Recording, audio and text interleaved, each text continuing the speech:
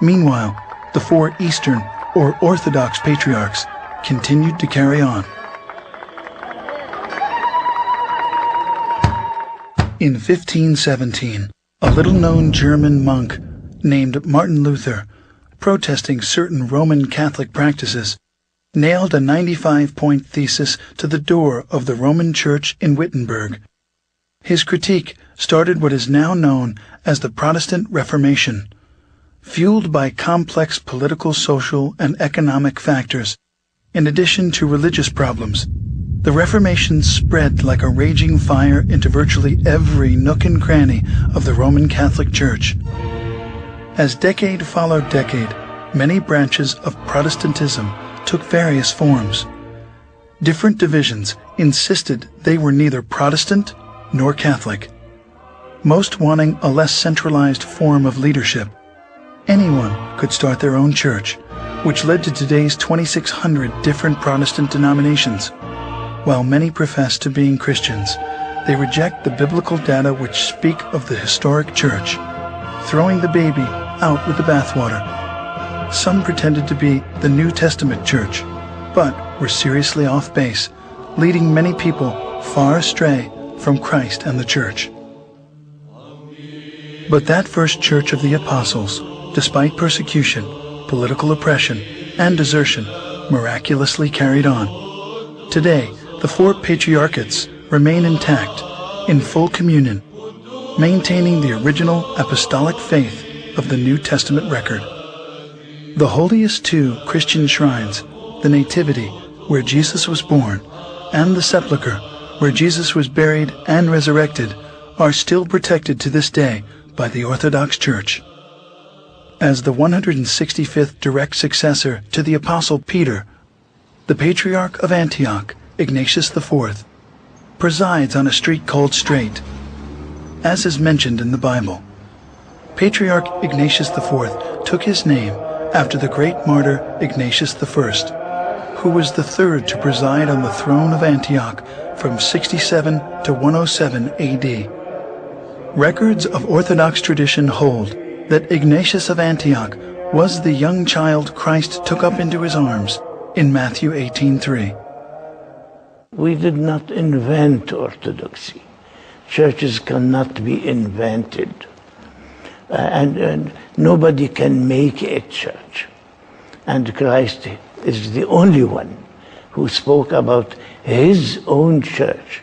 And we believe that we stick to orthodoxy because it is his own church. Today, the Patriarchate of Antioch, together with the three other ancient Eastern patriarchates, Constantinople, Alexandria, and Jerusalem, added 5 modern patriarchates: Russia, Serbia, Romania, Bulgaria, and Georgia, 4 autocephalous churches, Cyprus, Greece, Poland, and Albania, and 5 autonomous churches, Sinai, Czech Republic, Finland, Japan, and China. Many with dependent bodies throughout the world.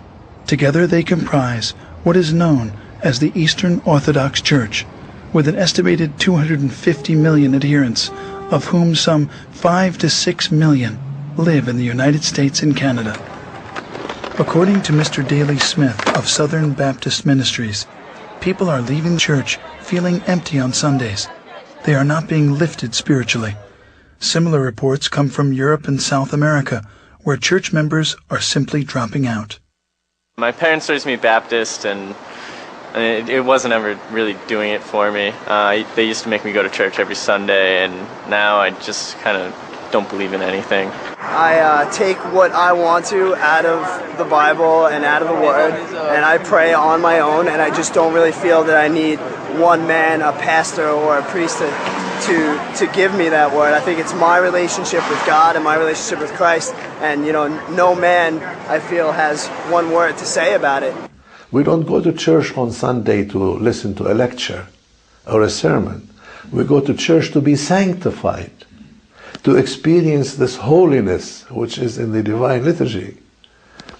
And if you go to church and don't experience this sense of the holy, then you leave the church without without what the American psychologist William James said, without a spiritual experience. And we go to church to have a spiritual experience and be in communion, not only with God, but with each other. Orthodox service is a celebration. A few have discovered the original church and are converting to Orthodoxy. In 1987, about 20 parishes of former evangelicals embraced the Orthodox faith. I chrismated them and ordained them, and they are an integral and very important part of the Archdiocese today. The thing that brought us to at least look at the church was after almost a decade of campus outreach and evangelism in the 60s, we became convinced that biblically we had to be tied into the church to do what we were doing. We did not set out to discover orthodoxy. We set out to find out what the ancient church was really like. And in doing so, we discovered orthodoxy. O you Orthodox Christians, may the Lord God remember His heavenly kingdom, always now and ever, and unto the ages of ages. From the beginning, the breaking of the bread and wine was kept at the very center of Christian worship. The uniqueness of Orthodoxy and how it differs from Protestantism is this, that we do not, through the Divine Liturgy, we do not tell people what Christ said only.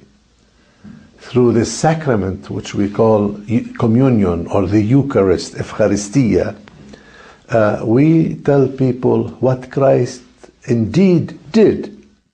Just as the law, the Psalms, and the prophets were read in the synagogue worship in early Israel,